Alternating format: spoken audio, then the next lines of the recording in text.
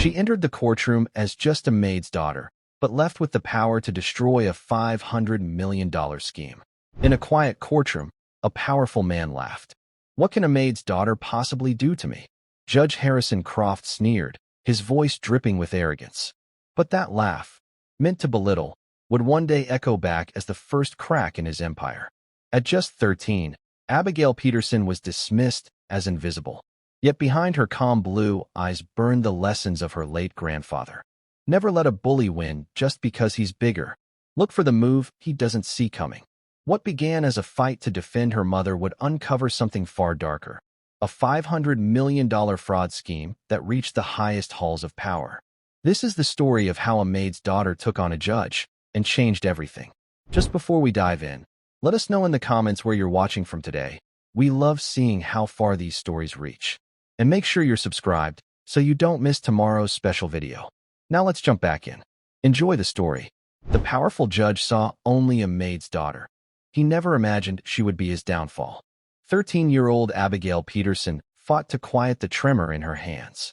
Her mother, fading from sickness and debt, had just been cast aside by the very man who held their city in his grip. The silence in Judge Harrison Croft's study was a heavy, expensive thing. It was broken only by the gentle tick-tock of a grandfather clock in the corner and the soft, rhythmic sound of Eleanor Peterson polishing the mahogany desk. Eleanor moved with a practiced grace, her motions economical and quiet. She had worked in this house for 15 years. She knew every creak of the floorboards, every shadow the afternoon sun cast across the Persian rug. She also knew the man who owned it all. Her daughter, Abigail, sat quietly on a stool near the vast library shelves, a thick book open on her lap. Her blonde hair fell across her face, hiding her intense focus. At 13, Abby was a creature of quiet observation. While other girls her age were concerned with friends and school dances, Abby found comfort in the ordered world of books. She especially loved the ones in the judge's library. They were filled with stories of history, law, and strategy. They felt important. Her mother's cough, a dry and rattling sound, pulled Abby from her reading. She looked up, her brow furrowing with a familiar worry. Eleanor paused her work, leaning against the desk for a moment to catch her breath. A pale sheen of sweat covered her forehead. The medical bills were piling up on their small kitchen table at home, a mountain of paper that seemed to grow taller each week. Eleanor worked every hour she could, but her illness was a cruel thief, stealing her strength day by day. "Mom, you should sit down," Abby whispered, her voice barely disturbing the still air. Eleanor offered a weak but reassuring smile. "I'm all right, sweetheart. Just a little tired." She picked up her polishing cloth again, but before she could resume, the heavy doors to the study swung open. Judge Harrison Croft entered the room. He was a man built of sharp angles and cold authority. His silver hair was perfectly combed, and his tailored suit seemed to be an extension of his own rigid posture. His eyes, the color of a winter sky, swept across the room and landed on Eleanor. He did not acknowledge Abby. In his world, children like her were invisible, like the furniture. "Eleanor," he said, his voice clipped and devoid of warmth. "We need to talk." Eleanor straightened up, her hands clutching the polishing cloth. "Yes, Judge Croft." He walked to his desk and stood behind it, placing his hands on the gleaming which she had just polished. It was a power pose, one Abby had read about. He was making himself the king of his castle. "Your performance has been lacking recently," he stated. It was not an accusation, it was a verdict. Dust on the mantelpiece, a smudge on the window in the parlor. "It's not acceptable." Eleanor's face, already pale, lost another shade of color. I'm so sorry, sir. I've been feeling a bit under the weather." "It won't happen again."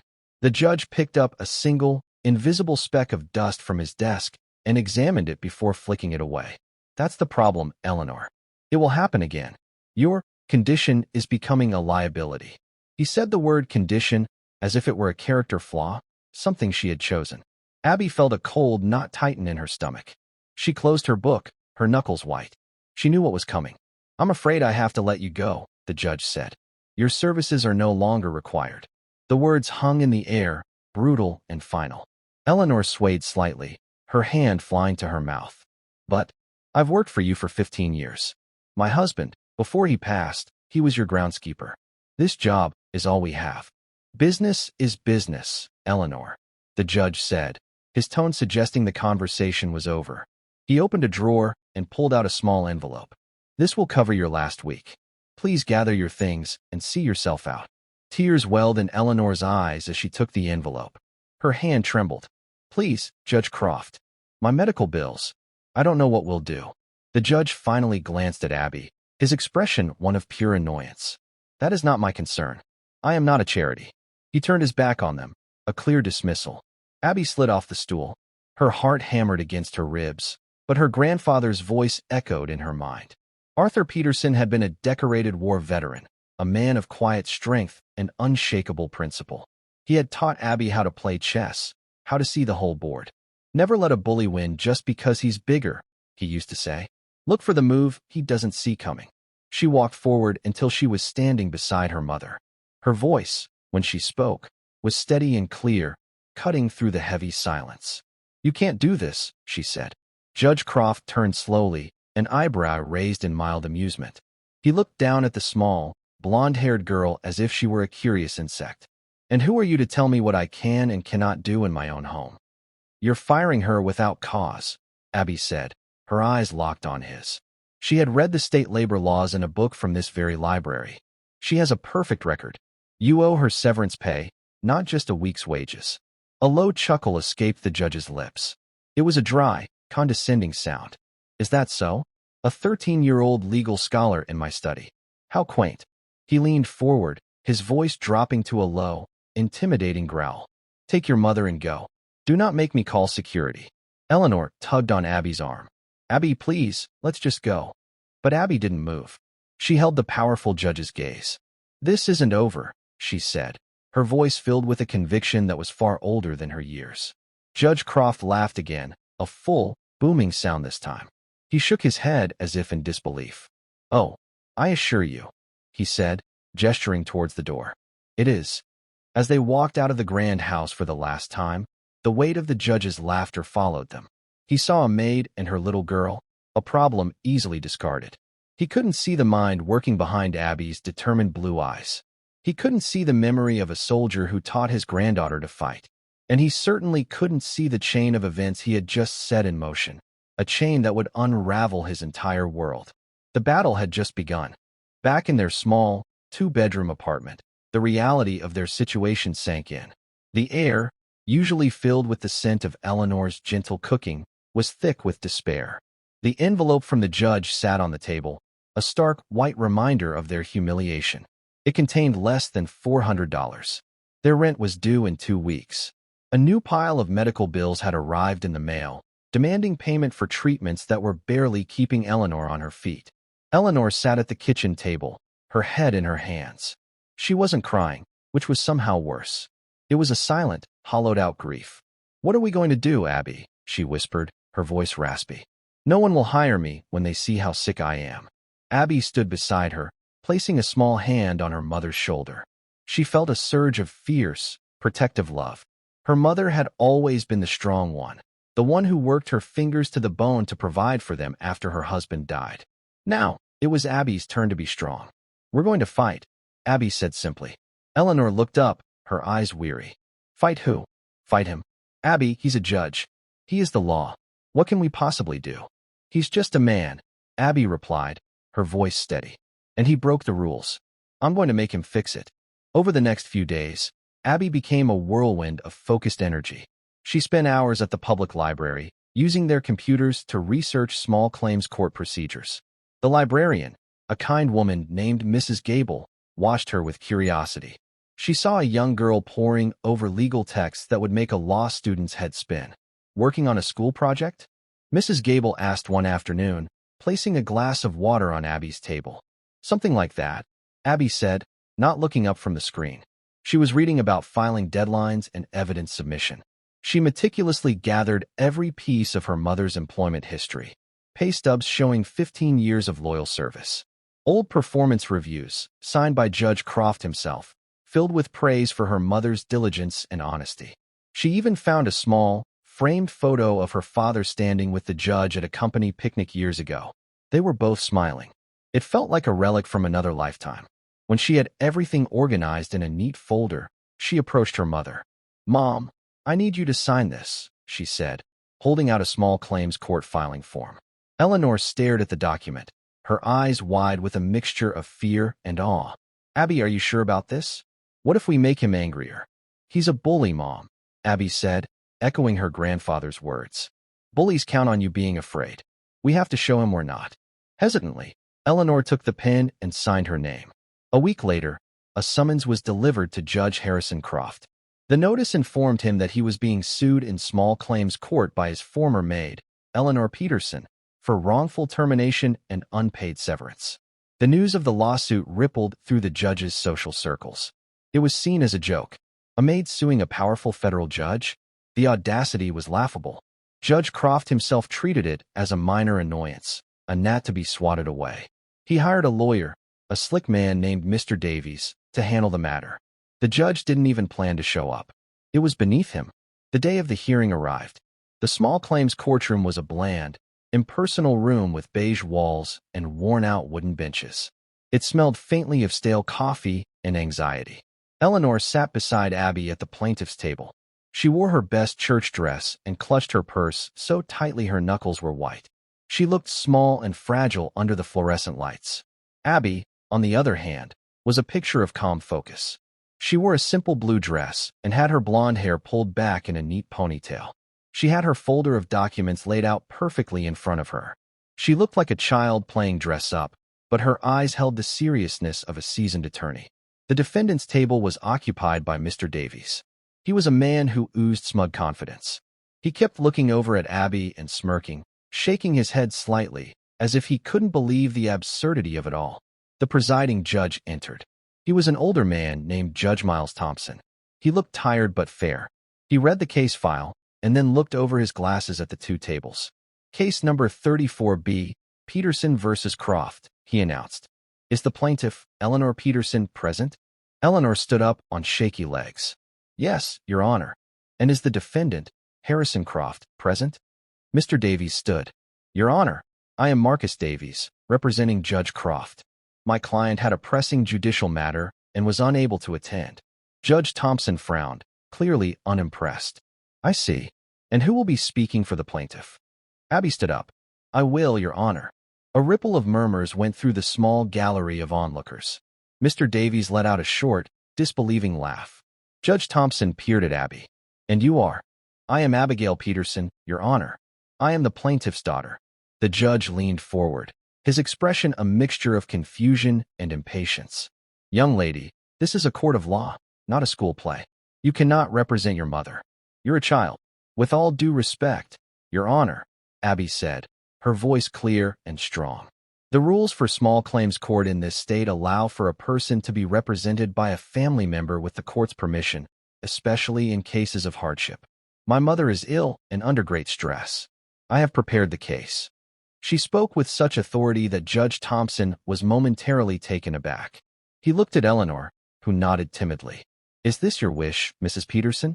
"Yes, Your Honor," Eleanor whispered. The judge sighed, rubbing his temples.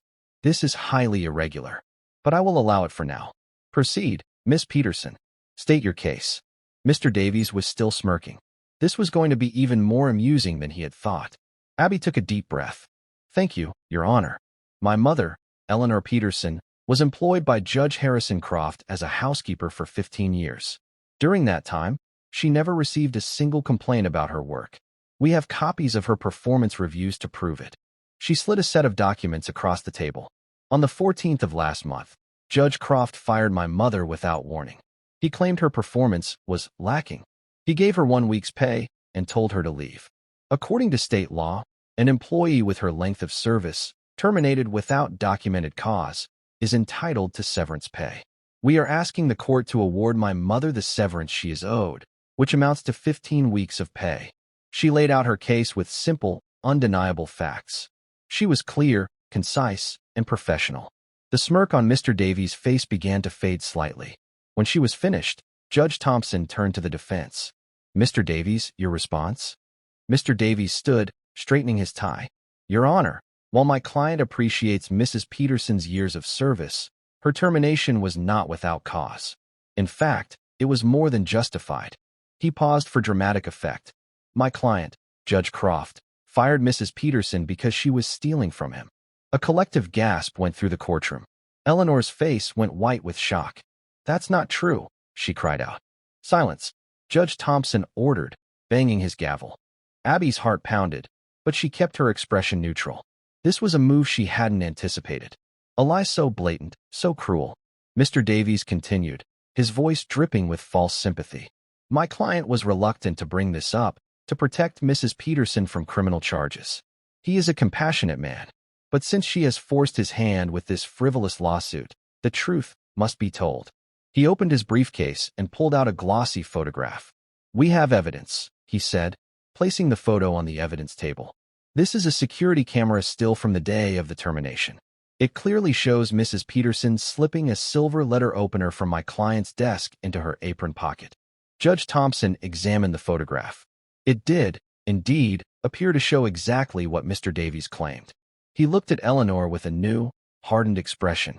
Mrs. Peterson, the judge said, his voice cold. Is this true? No, I would never. Eleanor sobbed, her composure finally breaking. I never stole anything in my life. Mr. Davies looked at Abby with a triumphant gleam in his eye. He had won. A photograph doesn't lie. The maid's daughter had walked right into his trap. But Abby wasn't looking at her mother or the judge. She was looking at the photograph. Her mind, trained by years of observation and her grandfather's lessons in strategy, was racing. She saw the whole board. And she saw the one, tiny detail that Mr. Davies and Judge Croft had missed. The one detail that would prove this was all a lie. She stood up. Your Honor, she said, her voice ringing with newfound confidence. May I approach the evidence? Judge Thompson nodded, and Abby walked to the table. She picked up the photograph, her eyes scanning it intently. She could feel Mr. Davies' smug gaze on her, waiting for her to crumble. He was about to be very disappointed. She turned to face him, the photograph held carefully in her hand. Mr. Davies, she said, her voice steady. You said this photo was taken on the day my mother was fired, correct? That's right, he said smoothly. And what time was she fired? Mr. Davies glanced at his notes. At approximately 3 o'clock in the afternoon. Abby held up the picture for the judge to see. Her finger pointed to a small detail in the background, behind the desk where her mother was standing. It was the grandfather clock that stood in Judge Croft's study. Then can you please explain, Abby asked, her voice clear and sharp, why the clock in this photograph says it's 9 o'clock in the morning? The courtroom fell silent. Mr. Davies' confident smile vanished, replaced by a look of stunned confusion. He stared at the photograph, then back at Abby. He had no answer. Abby wasn't finished. She pointed to another detail. And can you explain why the digital calendar on Judge Croft's desk, which is always on, shows the date as being from the week before my mother was fired? The silence in the room was now deafening. Every eye was on Abby. She was no longer a little girl playing lawyer. She was a warrior who had just found the enemy's weakness. This photograph is a fake, Your Honor, Abby declared, her voice resonating with the pure, simple power of the truth. It was created to ruin my mother's name. And I can prove it. The tides of the battle had just turned. And Judge Harrison Croft, sitting in his quiet, expensive study across town, had no idea that the war had truly just begun. Mr. Davies, the slick lawyer, sputtered like a car engine failing to start. That's preposterous. It's a trick of the light. The angle. Judge Thompson silenced him with a sharp look. He leaned over his bench, peering at the photograph Abby still held. He motioned for the bailiff. Bring me that evidence. The bailiff carried the photograph to the judge, who examined it closely for a long moment. He looked at the clock. He looked at the digital calendar on the desk. He then looked up, his gaze settling on Mr. Davies with the weight of a glacier. Mr. Davies, the judge said, his voice dangerously quiet. As an officer of the court, you are aware of the penalties for presenting falsified evidence, are you not? The lawyer's face was now ashen. The smug confidence had completely evaporated, replaced by the raw panic of a man who saw his career flashing before his eyes. Your Honor, my client provided this to me. I had no reason to believe. I was assured of its authenticity. You were assured? Judge Thompson repeated, his voice laced with disbelief. You saw fit to accuse a woman of theft, to potentially ruin her life, based on a photograph you didn't even bother to properly examine yourself. Abby stood tall, but her legs were beginning to tremble. She had thrown the punch. She wasn't sure what would happen next. She felt her mother's hand find hers under the table, a small, grateful squeeze. "This court," Judge Thompson declared, his voice booming now, "does not take kindly to being lied to. It seems to me that the only crime committed here was the creation of this fraudulent photograph." He turned his attention to Abby. "Miss Peterson, your mother's claim for severance is granted in full. Furthermore, I am awarding an additional sum for punitive damages, given the defendant's malicious and defamatory actions here today." He banged his gavel with a resounding crack that echoed through the room. "This hearing is concluded." Tears of relief streamed down Eleanor's face. She hugged Abby tightly, burying her face in her daughter's blonde hair. "You did it," she whispered. "Oh, Abby, you did it." As they were leaving, a shaken and furious Mr. Davies cornered them in the hallway. "You think you're clever, don't you, little girl?" he hissed, his face contorted in an ugly sneer. "You just made a very powerful enemy. This isn't over." Abby met his glare without flinching. "Tell your boss to pay my mother what he owes her," she said, her voice cold as steel. "And tell him to stop lying." She took her mother's hand and walked away, leaving the lawyer fuming in the hallway. The victory felt monumental, a David and Goliath story played out in a tiny courtroom. For a few days, a fragile sense of hope returned to their small apartment. The money from the judgment, once it arrived, would be enough to cover the rent and the most urgent medical bills. It was a lifeline, but the check did not arrive. A week passed. Then two. Abby made calls to the court clerk, who confirmed the judgment had been processed. The delay was on Judge Croft's end. He was simply refusing to pay. It was a petty, arrogant act of defiance. He was above the rules. He was the law. Eleanor's health took a sharp downturn. The stress of the situation was a poison, weakening her already fragile body. The doctor said she needed a new series of expensive treatments they couldn't possibly afford without the settlement money. The mountain of debt grew taller, casting a dark shadow over their small victory. Abby felt a familiar fire of anger and injustice burning within her. Judge Croft wasn't just a bully, he was cruel. He was trying to break them, to make them suffer for daring to stand up to him. Her grandfather's voice returned to her, a calm and steady presence in the chaos of her thoughts. Sometimes the enemy's biggest strength is also his biggest weakness. An arrogant man always leaves a trail. A trail. Abby knew she couldn't fight him head-on in another courtroom. He would be prepared this time. He would use his power and influence to crush them. She had to find another way. She had to find his trail. Her mind went back to the judge's study. The vast library, the mahogany desk, the grandfather clock. She had spent countless hours in that room, waiting for her mother to finish her work. She knew its layout, its contents. Her mind, a sponge for details, began to sift through the memories. She remembered the judge's meticulous nature. He kept records of everything. His financial ledgers, bound in dark green leather, were kept on a specific shelf, right next to the antique globe. He had always been very secretive about those books. Once, when Abby had reached for one out of curiosity, he had snapped at her with a ferocity that was startling. "Never touch those," he had commanded. At the time, she had thought he was just protective of his expensive belongings. Now, she wondered if he was protecting something else. An idea, wild and dangerous, began to form in her mind. It was a desperate plan, born of a daughter's love and a righteous fury. She knew it was wrong. She knew the risks. But when she looked at her mother, pale and fading in her armchair, she knew she had no other choice. She had to get back into that house. She had to see what was in those green leather books. The Croft estate was a fortress. High walls, security cameras, and a state-of-the-art alarm system. Getting in would be impossible. But Abby wasn't thinking about breaking in. She was thinking about being let in. The judge hosted an annual charity gala at his home. It was a major social event, attended by the city's most wealthy and powerful figures.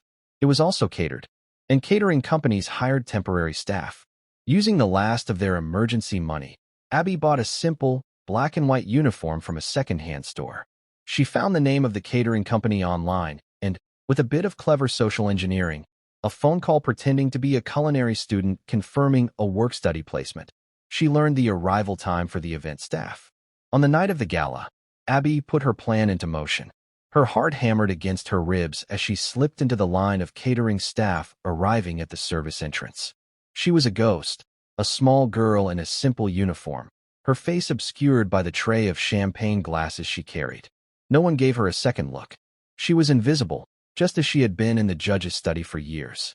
The house was transformed. Music drifted from the ballroom. The scent of expensive perfume and rich food filled the air. Abby moved through the crowds, her eyes scanning, observing. She saw Judge Croft holding court, laughing with senators and CEOs, the picture of charm and integrity. The sight of him, so confident and untouchable, made her stomach clench. Her mission was clear. She needed to get to the study. It was on the second floor, at the end of the West Wing, a private sanctuary that would be off-limits to guests. She found a quiet hallway and slipped a small, folded sign from her pocket. Restroom temporarily closed for cleaning. She placed it at the bottom of the grand staircase. It was a simple diversion, but it might buy her a few precious minutes. Her heart pounded with every step as she ascended the carpeted stairs. The music and laughter from the party below began to fade, replaced by the heavy, imposing silence of the private quarters. She reached the door to the study. It was unlocked. She slipped inside, closing the door softly behind her. The room was just as she remembered it. The smell of old books and lemon polish, the moonlight filtering through the tall windows. The grandfather clock ticked steadily in the corner, a silent witness. She moved quickly, her feet silent on the thick rug. She went straight to the bookshelf and found the row of dark green ledgers. Her fingers trembled as she pulled one from the shelf. She opened it on the desk, the same desk her mother had polished for so many years. The pages were filled with columns of numbers and names. At first, it looked like a simple record of investments and expenses. But Abby saw something else. She saw patterns. Names of shell corporations she recognized from her research at the library. Large, repeated payments to offshore accounts. Transfers of funds between seemingly unrelated entities. It was a complex web of transactions, designed to be confusing, to hide the truth. But Abby saw more than just numbers. She saw names. The names of construction companies that won city contracts. The names of other judges. The names of politicians. And next to their names, there were figures. Huge sums of money. It wasn't just a financial ledger. It was a record of bribery. A blueprint of corruption on a massive scale. Her breath caught in her throat. This was bigger than she could have ever imagined. It wasn't just about her mother's job. It was a citywide conspiracy, a fraud scheme worth hundreds of millions of dollars. And Judge Harrison Croft was at the very center of it all. She knew she couldn't take the ledger with her. That would be theft. That would make her a criminal. Her grandfather had taught her to be smarter than that. The best weapon is the one your enemy gives you. Her eyes darted around the room and landed on the judge's high-tech scanner and printer, the one he used for his legal documents. She worked quickly, her hands flying across the buttons. She scanned page after page, her heart pounding in her ears. The machine whirred softly, a sound that seemed as loud as a gunshot in the silent room. She saved the digital files to a tiny, encrypted flash drive she had brought with her, a piece of technology she had learned about from a book on modern espionage. Just as the last page was scanning, she heard footsteps in the hallway. Panic seized her. She quickly closed the ledger, slid it back into its exact spot on the shelf, and grabbed the flash drive. The doorknob began to turn. There was nowhere to hide. The room was vast, with little furniture to conceal even a small girl. She did the only thing she could think of. She dove behind the heavy velvet curtains that flanked the large window, pressing herself flat against the cold glass. The door opened, and Judge Croft walked in. He was not alone. With him was another man, a man whose face Abby recognized from the news. It was Senator Thompson, a man who preached about family values and fiscal responsibility. "I'm telling you, Harrison, the investigation is getting too close," the senator said, his voice a low, worried murmur. "This reporter, this Miller woman, she's been digging into the public works contracts. She's asking questions about the bidding process." Judge Croft walked to his desk and poured 2 glasses of brandy. He handed one to the senator. "Let her dig," the judge said, his voice calm and arrogant. "The paper trail is a labyrinth. No one can make sense of it. The ledgers are a masterpiece of misdirection." He took a sip of his brandy. "Besides, who is a jury going to believe? A respected federal judge and a sitting senator, or some muckraking journalist? The senator still looked nervous. What about the maid? The one who sued you? What if she talks? What if she saw something over the years? Judge Croft let out that same, dismissive laugh that Abby remembered from the day he fired her mother. The maid? She saw nothing. She was just part of the furniture. And even if she did, who would listen to her? She's a sick, desperate woman. Her daughter is a delinquent who forged evidence in a courtroom. I've already had my legal team file a motion to appeal that ridiculous judgment and press charges against the girl for perjury. By the time I'm done with them, they'll have no credibility left. Behind the curtain, Abby's blood ran cold. He wasn't just refusing to pay. He was planning to destroy them, to paint her as a criminal, to discredit her, to protect himself. The two men finished their drinks, their conversation turning to stock portfolios and vacation homes. Abby held her breath, praying they wouldn't look toward the window.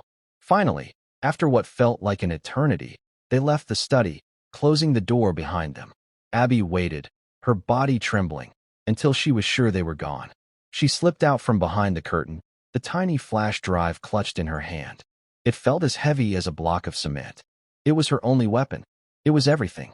She crept out of the study and down the stairs, her invisibility her only shield. She blended back in with the catering staff, her face a mask of practiced neutrality.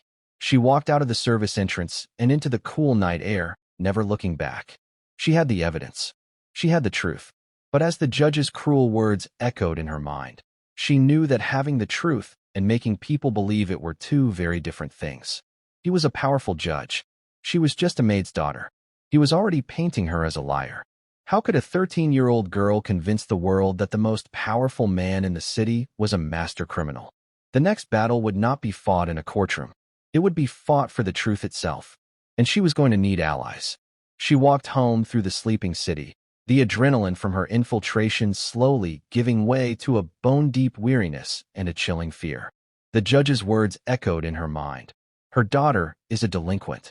I've already had my legal team file a motion to press charges against the girl for perjury. He wasn't just going to fight her. He was going to erase her. He was going to turn her into a criminal in the eyes of the law, making anything she said, any evidence she presented, worthless. She knew she couldn't go to the police.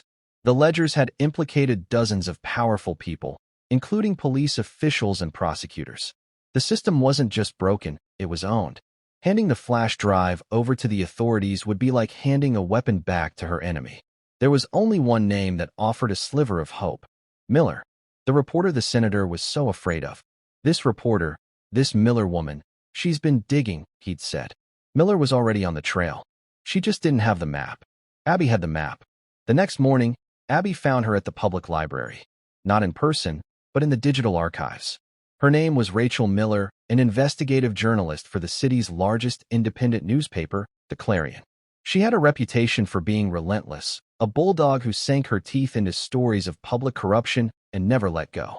She had brought down a city councilman for taking kickbacks and exposed a corporate polluter who was poisoning a local river. She was exactly the ally Abby needed. Finding her was one thing. Reaching her was another. Abby couldn't just walk into the Clarion offices. Judge Croft would have people watching, listening. Her grandfather had told her stories from the war, stories about codes and dead drops, about how to pass information securely when the enemy was everywhere. She would have to be just as careful. She created an anonymous email account at the library, using a public computer and a series of proxy servers to mask her location, a technique she'd learned from one of the judge's own books on cybersecurity. She composed a short, cryptic message to Rachel Miller's publicly listed email address. Subject: a map for your journey. Message: you are digging for treasure, but you are in the wrong part of the forest. The real treasure is buried much deeper, at the foot of the oldest tree. I can give you the map. If you want it, place a small ad in the classifieds of your own paper. The ad should be for a lost golden locket, sentimental value. List a phone number for a disposable burner phone. I will call it on Tuesday at 3 p.m. Come alone. She hit send, her finger hovering over the mouse for a moment. This was it. She was stepping out of the shadows. The risk was immense. What if Miller was also corrupt? What if she turned the information over to the judge? It was a leap of faith, a bet placed on the integrity of a stranger. For 2 days, Abby lived in a state of suspended anxiety. She checked the online edition of the Clarion every hour. Her mother, Eleanor, saw the change in her. Abby was quiet, withdrawn, the weight of her secret a visible burden on her small shoulders. "Abby, what's wrong?" Eleanor asked, her voice filled with concern. "You've barely eaten. Is this about the judge? About the money?" Abby wanted to tell her everything, to unburden herself of the terrifying knowledge she carried. But she couldn't. Her mother was already so fragile. This would break her. So Abby just shook her head and forced a smile. "I'm just thinking, Mom. I'm working on a new plan." On Sunday morning, it appeared, tucked away in the classifieds, between an ad for a used lawnmower and another for a lost parrot, was a small, two-line notice. "Lost golden locket, sentimental value. If found, please call 555-0182. Abby's heart leaped. Rachel Miller had gotten the message. The meeting was on. The next 2 days were the longest of Abby's life. She bought a cheap burner phone with the last of her cash. She scouted locations, finally settling on a busy public park. There would be people everywhere, witnesses. It was safer than a secluded spot. Her grandfather had taught her that, too. Never meet an unknown contact in a place they choose. Always control the environment. On Tuesday, at exactly 2:55 p.m., Abby sat on a bench overlooking a duck pond, the burner phone clutched in her sweaty palm. She was wearing a hoodie and a baseball cap, trying to look as inconspicuous as possible. She saw a woman walk into the park, talking on her phone. The woman had reddish-brown hair tied in a messy bun and wore a rumpled trench coat. She looked tired, stressed, and exactly like the pictures Abby had seen online. It was Rachel Miller. At 3 p.m. on the dot, Abby dialed the number. Rachel stopped walking, her conversation ending abruptly. She answered the call. "Hello. You're wearing a green scarf," Abby said, her voice disguised, lower than her natural pitch.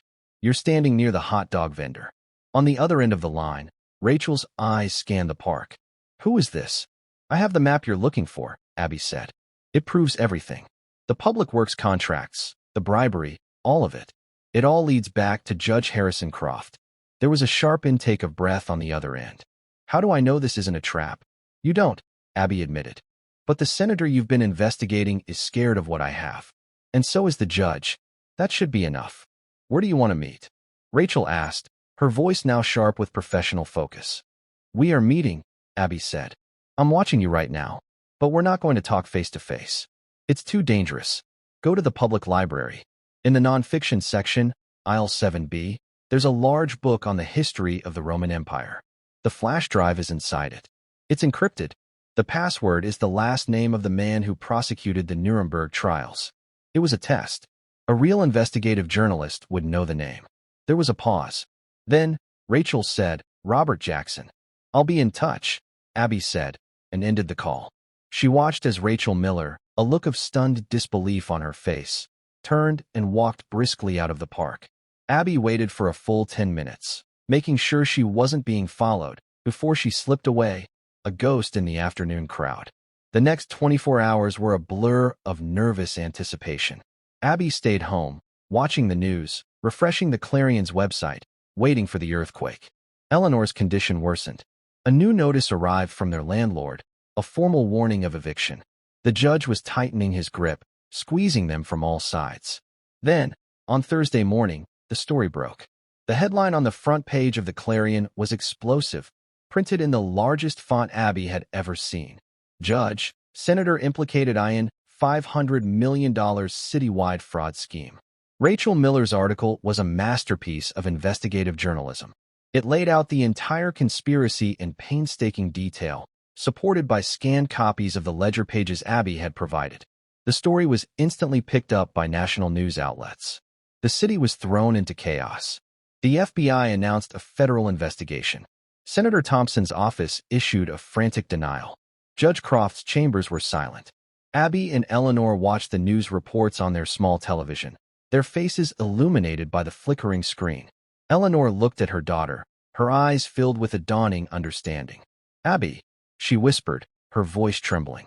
"The things they're saying, the ledgers, was that you?" Abby simply nodded, the tears she had been holding back for weeks finally spilling over. Eleanor pulled her into a fierce hug, a hug that was filled with terror and an overwhelming pride. "My brave girl," she cried softly. "My brave, brave girl." The victory, however, was far from complete. The judge was a cornered animal, and cornered animals are the most dangerous. While the FBI was building its case, Croft was still a federal judge. He still had power, and he was going to use it. That evening, there was a sharp, official knock at their apartment door. Two uniformed police officers stood in the hallway. One of them held up a warrant. "Abigail Peterson?" the officer asked, his voice flat and emotionless. "Yes," Abby said, her heart sinking. "You are under arrest." "Arrest?" Eleanor cried, rushing to the door. "For what?" "For breaking and entering, theft of private property, and perjury," the officer recited, his eyes avoiding theirs. He pulled out a pair of handcuffs. The cold metal gleamed under the dim hallway light. Judge Croft was making his move. He couldn't win in the court of public opinion, so he was going to drag Abby into his court, the one where he still made the rules, and destroy her. The hero of the city was about to be branded a common criminal.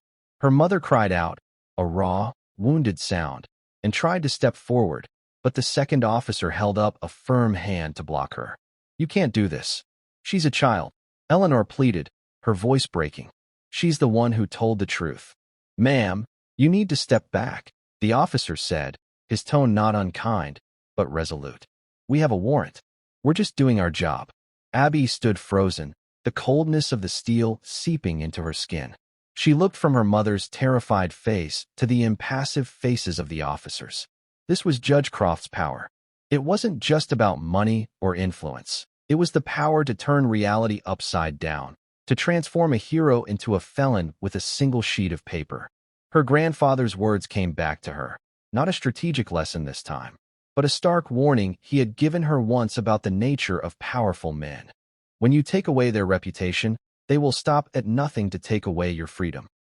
They led her from the apartment, down the dimly lit hallway, and into the night. Neighbors peeked through their doors, their faces a mixture of confusion and fear.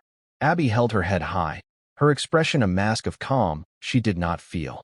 She refused to give the judge the satisfaction of seeing her cry. The police station was a harsh, sterile environment of fluorescent lights, beige walls, and the smell of disinfectant. They put her in a small, windowless room. The process was a dehumanizing blur of fingerprints, photographs, and questions she refused to answer. She knew her rights, learned from the very books the judge kept in his library. She asked for a lawyer. The irony was crushing. She, who had just exposed a massive conspiracy, was being treated like a common criminal, while the real criminals sat in their mansions, protected by the very system that was now processing her like a piece of evidence. The news of her arrest spread like wildfire. It was a shocking, audacious move by Judge Croft, and it backfired spectacularly. The public, who had hailed Abby as a young hero, was outraged. How could the girl who exposed the city's biggest scandal be the one in handcuffs? Protesters began to gather outside the police station, their numbers swelling by the hour. They held signs that read, "Free Abby Peterson," and "Justice for the girl who dared." Rachel Miller, the journalist, was a whirlwind of fury and action. Her phone had been ringing off the hook since the story broke, but when she heard about Abby's arrest, she dropped everything. She knew this was the judge's retaliation, a desperate and vicious attempt to silence his accuser. She called the best pro bono lawyer in the city, a legendary civil rights attorney named Samuel Page. Samuel Page was a man in his late 60s, with a mane of white hair and eyes that had seen the very worst and the very best of humanity.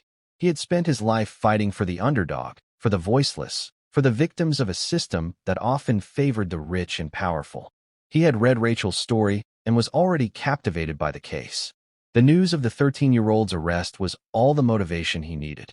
He arrived at the police station just after midnight, his presence commanding immediate respect. He walked into the small room where Abby was being held. She looked up, her face pale but her eyes defiant.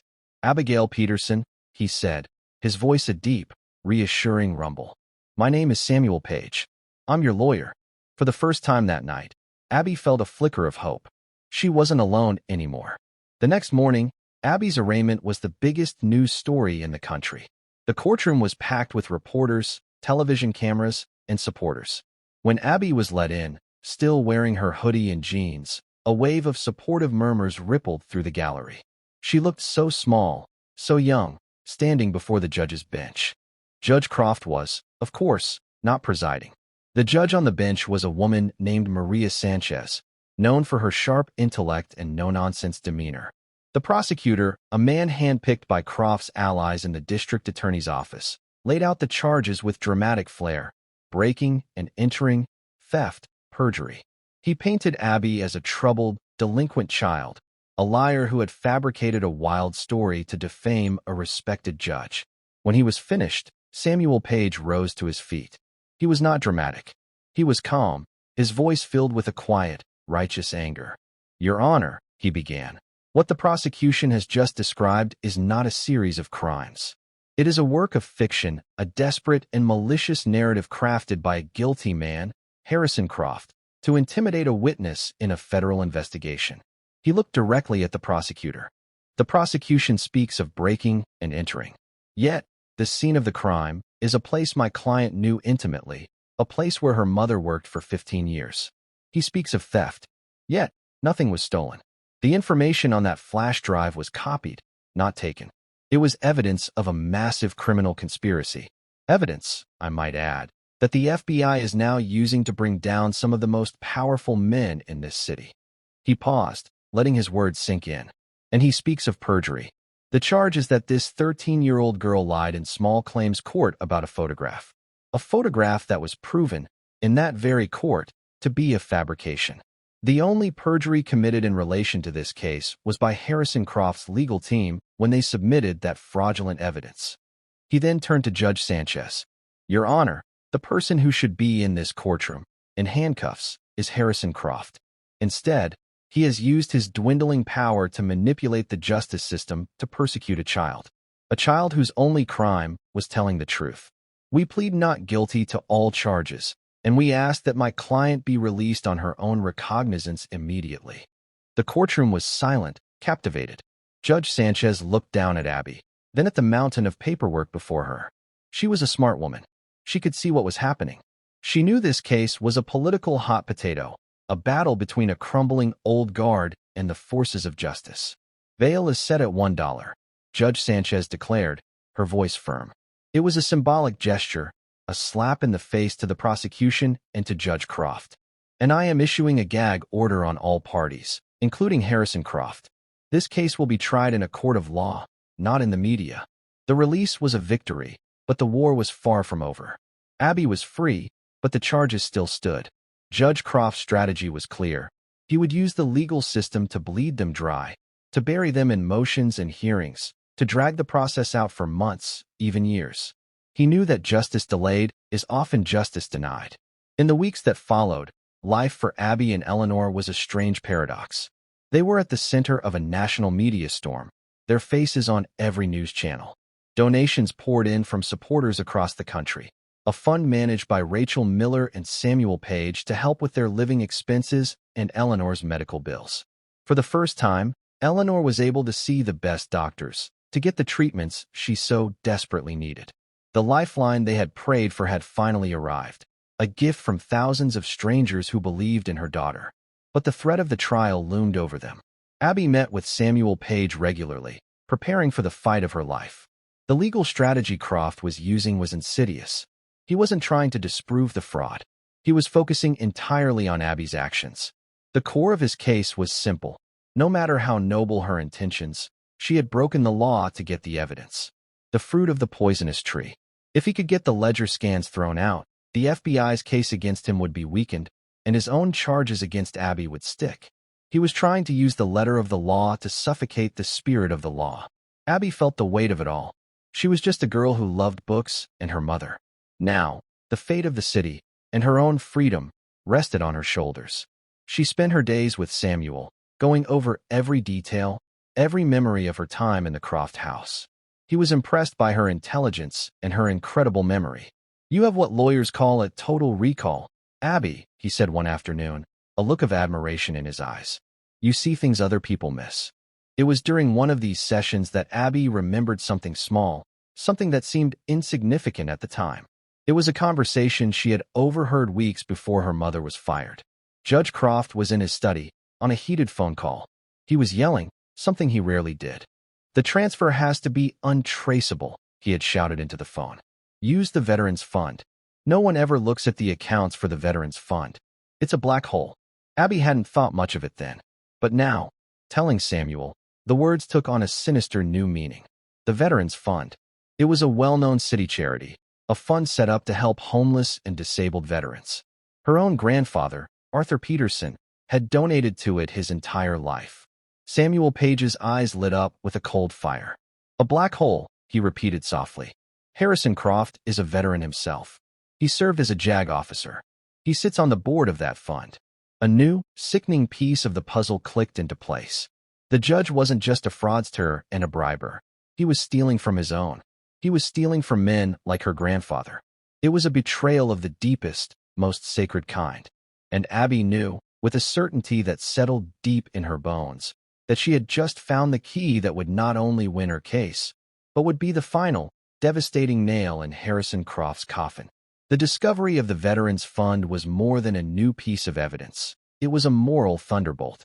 Samuel Page and Rachel Miller knew its power instantly. This wasn't a complex financial crime anymore.